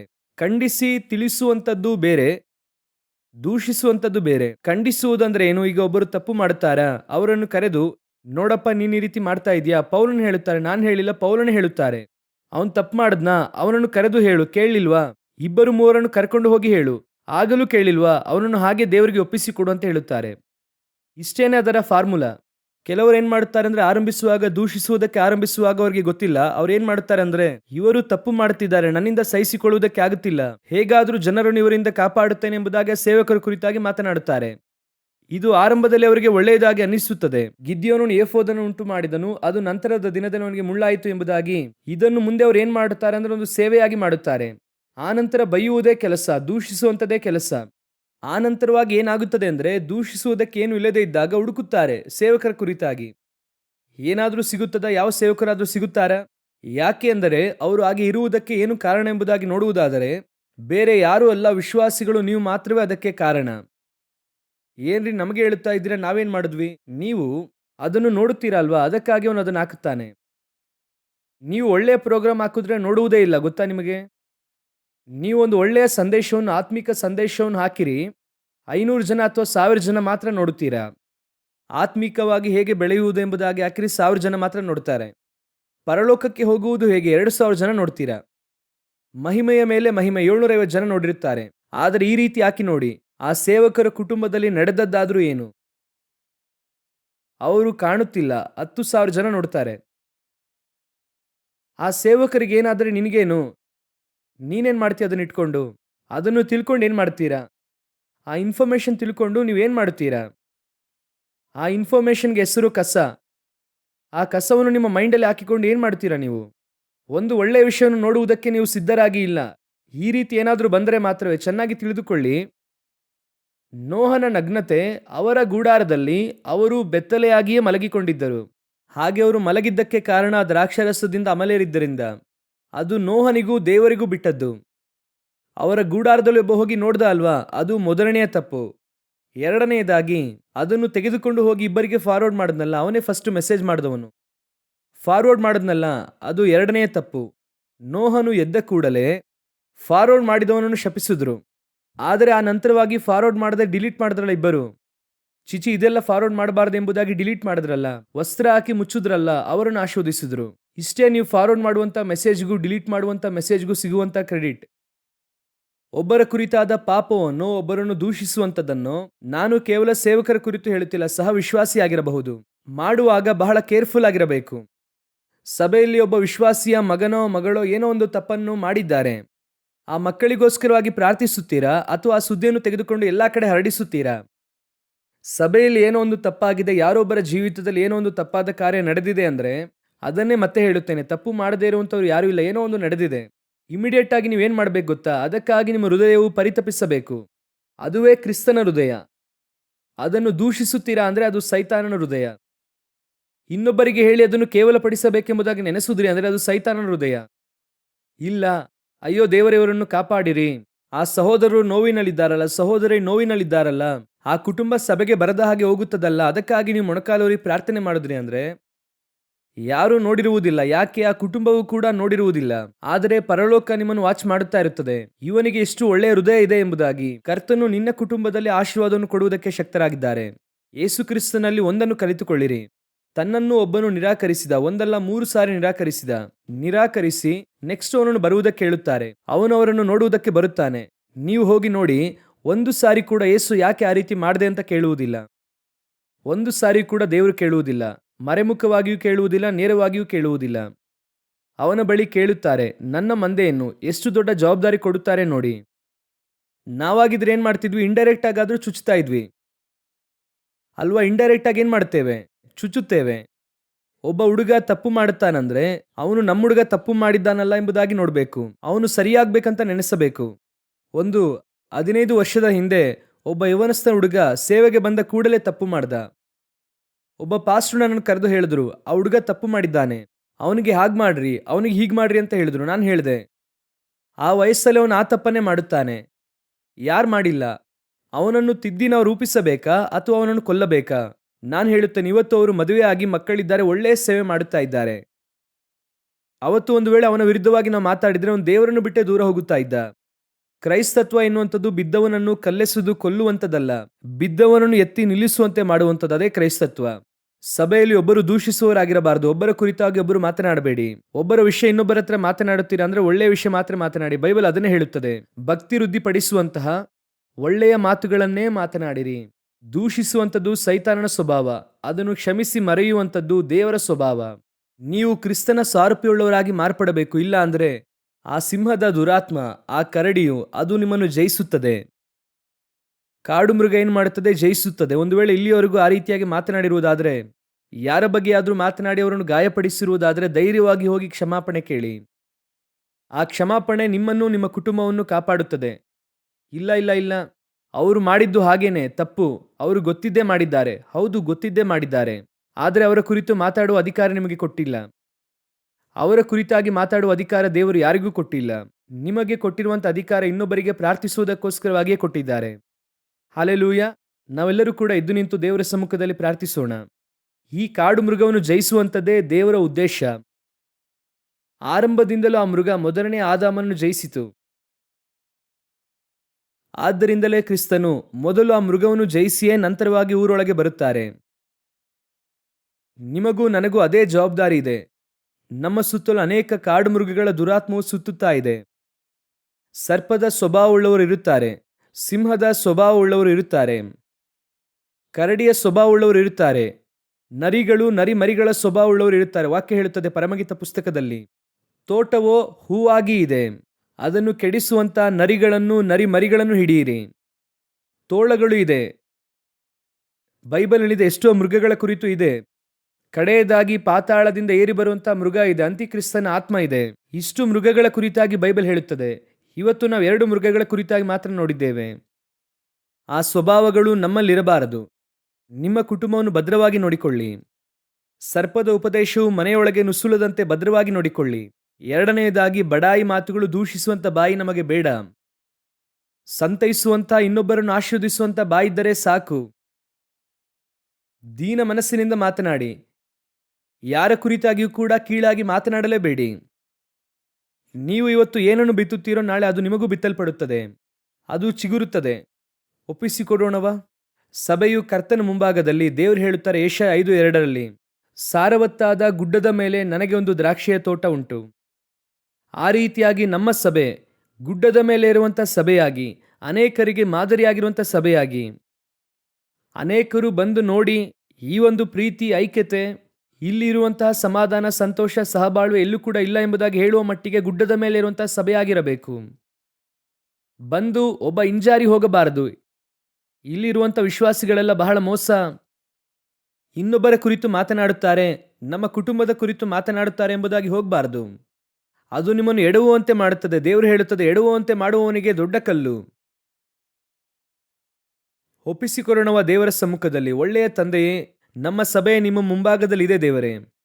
ನಮ್ಮ ಸಭೆಯು ನಿಮ್ಮ ಮುಂಭಾಗದಲ್ಲಿ ಶುದ್ಧ ಕನ್ನಿಕೆಯಂತೆ ಯಾವುದೇ ಕಳಂಕ ಇಲ್ಲದೆ ಇರುವಂಥ ಸಭೆಯಾಗಿ, ದೇವರಿಗಾಗಿ ನೇಮಿಸಲ್ಪಟ್ಟಂಥ ಸಭೆಯಾಗಿ, ಸತ್ಯಕ್ಕೆ ಆಧಾರವಾಗಿಯೂ ಸ್ತಂಭವಾಗಿರುವಂತಹ ಸಭೆಯಾಗಿ ಇರುವಂತೆ ಆಶೀರ್ವದಿಸಿರಿ. ನಮ್ಮ ಸಭೆಯಲ್ಲಿರುವಂಥ ಎಲ್ಲ ವಿಶ್ವಾಸಿಗಳು ಪೌಲನು ಹೇಳುವ ಪ್ರಕಾರ ದೇವರೇ, ನಿಮ್ಮನ್ನು ನಾನು ಮಾದರಿಯಾಗಿ ಬಿಟ್ಟು ಹೋಗುತ್ತೇನೆ ಎಂದು ಹೇಳುವ ಪ್ರಕಾರ ಈ ಪಟ್ಟಣಕ್ಕೆ ನಮ್ಮ ವಿಶ್ವಾಸಿಗಳು ಮಾದರಿಯಾಗಿರಲಿ.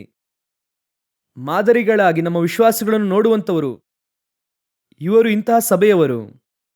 ಕರ್ತನ ಸ್ವಭಾವ ಪ್ರಕಟವಾಗುತ್ತಿದೆ ಎಂಬುದಾಗಿ ಹೇಳುವ ಮಟ್ಟಿಗೆ ಮಾದರಿಯಾಗಿ ಅವರು ಮಾರ್ಪಡಲಿ. ಕೃಪೆಯುಳ್ಳ ಕರದ ಕೆಳಗೆ ತಗ್ಗಿಸಿಕೊಳ್ಳುತ್ತೇವೆ ನಮ್ಮ ದೇವರಾದ ಯೇಸುವಿನ ನಾಮದಲ್ಲಿ ತಂದೆ, ಆಮೇನ್.